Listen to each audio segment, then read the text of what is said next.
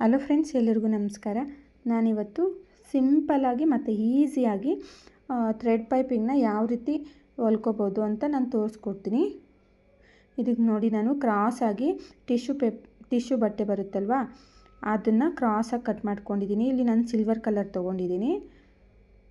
ನೋಡಿ, ಇದನ್ನು ಕ್ರಾಸಾಗಿ ನಾವು ಜಾಯಿಂಟ್ ಮಾಡ್ಕೋಬೇಕಾಗುತ್ತೆ. ಈ ಥರ ಜಾಯಿಂಟ್ ಮಾಡ್ಕೊಂಡಿದ್ದಾದಮೇಲೆ ಒಂದು ಸೈಡಲ್ಲಿ ಈ ಥರ ಫೋಲ್ಡ್ ಮಾಡಿ ಹೊಲ್ಕೋಬೇಕು. ನೋಡಿ, ಇಲ್ಲಿ ನಾನು ನಾರ್ಮಲ್ ಪಾದನೇ ತೊಗೊಂಡಿದ್ದೀನಿ. ನಾವು ಈ ಥರ ಪೈಪಿಂಗ್ಗೆ ಯಾವುದೇ ರೀತಿ ಚೇಂಜಸ್ಸು ಬೇಕಾಗಿರಲ್ಲ. ನಾವು ನಾರ್ಮಲ್ ಪಾದದಲ್ಲೇ ಈಸಿಯಾಗಿ ಹೊಲ್ಕೋಬೋದು. ನೋಡಿ, ಒಂದು ಸೈಡ್ ಹೊಲ್ದಿದ್ದಾದಮೇಲೆ ಇದನ್ನು ನಾವು ಪೈಪಿಂಗ್ಗೆ ಯೂಸ್ ಮಾಡ್ಕೋಬೋದು. ನೋಡಿ, ನಾನೀಗ ಫ್ರಂಟ್ ಪಾರ್ಟಿಗೆ ನಿಮಗೆ ತೋರಿಸ್ತೀನಿ. ಅದು ನೋಡಿ, ನಾನು ಫ್ರಂಟ್ ಪಾರ್ಟಲ್ಲಿ ಸ್ಟಾರ್ ನೆಕ್ನ ಇಟ್ಟಿದ್ದೀನಿ. ಈ ಸ್ಟಾರ್ ನೆಕ್ಕಿಗೂ ನಾವು ಈಸಿಯಾಗಿ ಹಾಕ್ಕೋಬೋದು. ನೋಡಿ, ಈ ಥರ ಫಸ್ಟಲ್ಲಿ ಸ್ವಲ್ಪ ಫೋಲ್ಡ್ ಮಾಡಿ ಈ ಥರ ಒಂದು 1/4 ಇಂಚಷ್ಟು ಬಿಟ್ಟು ಹೊಲ್ಕೋಬೇಕು. ಇಲ್ಲಿ ನೋಡಿ, ಇಲ್ಲಿ ಸರಿಯಾಗಿ ಬಂದಾಗ ಈ ಥರ ಸಿಸರಿಂದ ಒಂದು ಸ್ವಲ್ಪ ಅಷ್ಟು ಫೋಲ್ಡ್ ಮಾಡಿಕೊಂಡು ನೀಡಲ್ನ ಬಟ್ಟೆ ಒಳಗಡೆ ಇಳಿಸಿ ಈ ಥರ ಮತ್ತು ನಾರ್ಮಲಾಗಿ 1/4 ಇಂಚ್ ನೆಕ್ ಹೆಂಗಿದೆಯೋ ಆ ಥರನೇ ಸ್ಟಿಚ್ ಮಾಡ್ಕೋಬೇಕು. ಈಗ ನಾವು ಸಿಸರಿಂದ ಈ ಥರ ಮಾರ್ಕ್ ಮಾಡ್ಕೋಬೇಕಾಗುತ್ತೆ. ಈ ಥರ ಮಾಡಿಕೊಂಡ್ರೆ ನಮಗೆ ಈಸಿಯಾಗಿ ಪೈಪಿಂಗು ಮತ್ತು ನೀಟಾಗಿ ಫಿನಿಶಿಂಗ್ ಬರುತ್ತೆ. ನೀವೆಷ್ಟು ಘಾಟ್ ಮಾರ್ಕ್ ಮಾಡಿಕೊಂಡ್ರೆ ಅಷ್ಟು ಚೆನ್ನಾಗಿರುತ್ತೆ. ನೋಡಿ, ಈ ಸ್ಟಿಚಿಂಗ್ ಏನು ಬಂದಿದೆ ಅದ್ರ ಮೇಲೆ ನಾವು ಈ ಥರ ಪೈಪಿಂಗ್ ಥ್ರೆಡ್ನ ಇಟ್ಕೊಂಡು ಈ ಎಕ್ಸ್ಟ್ರಾ ಏನು ಬಟ್ಟೆ 1/4 ಇಂಚ್ ಬಿಟ್ಟಿರ್ತೀವೋ ಅದನ್ನು ಬ್ಯಾಕ್ ಸೈಡ್ಗೆ ರಿವರ್ಸಾಗಿ ಫೋಲ್ಡ್ ಮಾಡ್ಕೋಬೇಕು. ಈ ಥರ ಎಲ್ಲನೂ ನೋಡಿ, ಈ ಥರ ಆ ಬಟ್ಟೆ ಏನಿದೆಯೋ ಅದೆಲ್ಲ ನಮಗೆ ಲೆಫ್ಟ್ ಸೈಡಿಗೆ ಬಂದುಬಿಡಬೇಕು.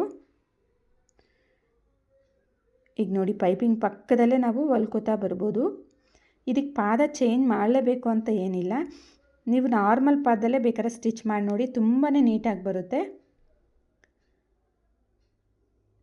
ಸೇಮ್ ನಾರ್ಮಲ್ ಅಷ್ಟೇ.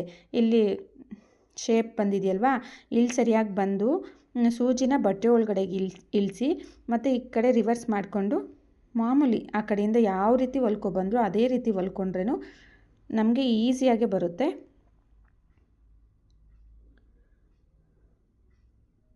ನೋಡಿ, ನಾವು ಸ್ವಲ್ಪ ಮಡ್ಚ್ಕೊಂಡುವಾಗ ಒಳಗಡೆ ಬಟ್ಟೆ ನೀಟಾಗಿ ಹೋಗಿ ನಮ್ಗೆ ಪೈಪಿಂಗ್ ಅನ್ನೋದು ಸಣ್ಣಗೆ ಬರಬೇಕು.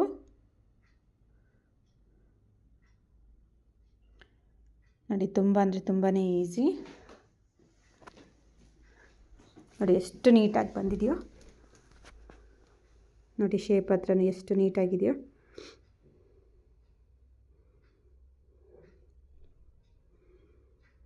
ಈಗ ಬ್ಯಾಕ್ ಸೈಡು ನಿಮ್ಗೆ ಇದನ್ನು ಫೋಲ್ಡ್ ಮಾಡಿಕೊಂಡು ಒಂದು ಹೊಲಿಗೆ ಬೇಕಾದ್ರೂ ಹಾಕ್ಕೋಬೋದು, ಇಲ್ಲಾಂದರೆ ಎಮಿಂಗ್ ಆದರೂ ಮಾಡ್ಕೋಬೋದು. ಕೆಲವೊಂದು ಬಟ್ಟೆಗೆ ಹೊಲಿದ್ರೂ ಪರವಾಗಿಲ್ಲ, ಕೆಲವೊಂದು ಬಟ್ಟೆಗೆ ತುಂಬ ಎತ್ತಿ ಕಾಣಿಸುತ್ತೆ, ಆವಾಗ ನಾವು ಎಮ್ಮಿಂಗೆ ಮಾಡ್ಕೋಬೇಕಾಗುತ್ತೆ. ಇದಕ್ಕೆ ನೋಡಿ, ಈ ಥರ ಕಾಣಿಸ್ತಿದೆ, ಬಟ್ ಎಮ್ಮಿಂಗ್ ಮಾಡಿದ್ರೇ ಚೆನ್ನಾಗಿರುತ್ತೆ. ನಾನು ಮತ್ತೆ ಬಿಚ್ಚಿಬಿಟ್ಟು ಎಮ್ಮಿಂಗ್ ಮಾಡ್ಕೋತೀನಿ. ಎಮ್ಮಿಂಗ್ ಕೆಲವರಾದರೆ ಎಮ್ಮಿಂಗ್ ಬೇಡ ಅಂತಲೂ ಹೇಳ್ತಾರೆ, ಕೆಲವರು ಎಮ್ಮಿಂಗೇ ಬೇಕು ಅಂತಾರೆ. ನಾವು ಕಸ್ಟಮರ್ ನೋಡಿಕೊಂಡು ಹೊಲಿಬೇಕಾಗುತ್ತೆ. ನೋಡಿ, ಇದು ನಾವು ಟಿಶ್ಯೂ ಬಟ್ಟೆ ಏನಿದೆಯೋ ಇದನ್ನು ನಾವು ಜಗ್ಗಿಸ್ಕೋಬಾರ್ದು, ಹಾಗಂತ ತುಂಬಾ ಫ್ರೀ ಬಿಡಬಾರ್ದು. ನಾರ್ಮಲಾಗಿ ಇಟ್ಕೊಂಡು ಹೊಲ್ಕೋತಾ ಬರಬೇಕು. ನೋಡಿ, ಇಲ್ಲಿ ಶೇಪ್ ಬಂದಿರೋ ಹತ್ರ ಒಂದು ಸ್ವಲ್ಪ ಬಟ್ಟೆನ ಫೋಲ್ಡ್ ಮಾಡ್ಕೋಬೇಕಾಗುತ್ತೆ. ಈಗ ಸೇಮ್ ಆ ಕಡೆ ಹೆಂಗೆ ಮಾಡ್ಕೊಂಡ್ವೋ ಈ ಥರ ಮಾರ್ಕ್ ಮಾಡಿಕೊಂಡ್ರೆ, ಅಂದರೆ ಸಿಸರಿಂದ ಕಟ್ ಮಾಡ್ಕೋಬೇಕಾಗುತ್ತೆ ಸ್ವಲ್ಪ ಸ್ವಲ್ಪಕ್ಕೂ. ತುಂಬಾ ಈಸಿಯಾಗಿರುತ್ತೆ. ನೋಡಿ, ಇಷ್ಟೇ, ನಾವು ಈಸಿಯಾಗಿ ಸ್ಟಿಚ್ ಮಾಡ್ಕೊಬಿಡ್ಬೋದು. ಯಾವುದೇ ಥರದ ನೆಕ್ ಆದ್ರೂ ಅಷ್ಟೇ ನಾವು ಇದೇ ಥರನೇ ಸ್ಟಿಚ್ ಮಾಡ್ಕೋಬೋದು. ರೌಂಡ್ ನೆಕ್ಕು ಮತ್ತು ಸ್ಕ್ವಯರು, ಸ್ಟಾರ್ ನೆಕ್ಕು, ಈ ಥರದಕ್ಕೆಲ್ಲದಕ್ಕೂ ಇದೇ ಥರನೇ ಬರುತ್ತೆ ಪೈಪಿಂಗು.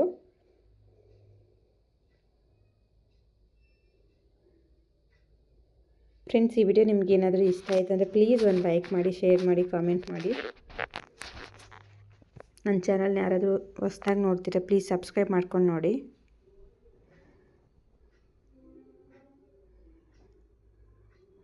ನೋಡಿ, ಆ ಥರ ಶೇಪ್ ಹತ್ರ ಬಂದಾಗ ನಾವೇನು ಮಾಡಬೇಕಾಗುತ್ತೆ ಅಂದರೆ ನೀಡಲ್ನ ಬ್ಲೌಸ್ ಒಳಗಡೆ ಇಳಿಸಿ ಬ್ಲೌಸ್ನ ಈ ಕಡೆ ರಿವರ್ಸ್ ಮಾಡ್ಕೋಬೇಕಾಗುತ್ತೆ. ನೋಡಿ ಎಷ್ಟು ನೀಟಾಗಿ ಬಂದಿದೆ ನೋಡಿ, ತುಂಬ ನೀಟಾಗಿ ಬಂದಿದೆ.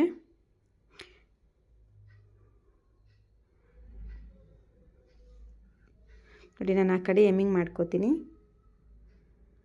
ನೋಡಿ ಬ್ಲೌಸ್ ಎಲ್ಲ ಫಿನಿಶ್, ಬ್ಯಾಕ್ ಸೈಡ್ ಆದರೆ ನೆಕ್ ಈ ಥರ ಇದೆ.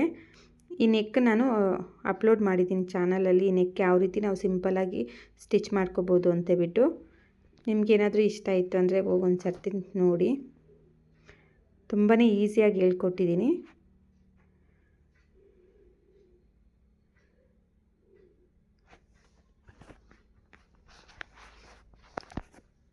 ಓಕೆ ಫ್ರೆಂಡ್ಸ್, ಈ ವಿಡಿಯೋ ಇಷ್ಟ ಆಯಿತು ಅಂದರೆ ಪ್ಲೀಸ್ ಒಂದು ಲೈಕ್ ಮಾಡಿರಿ.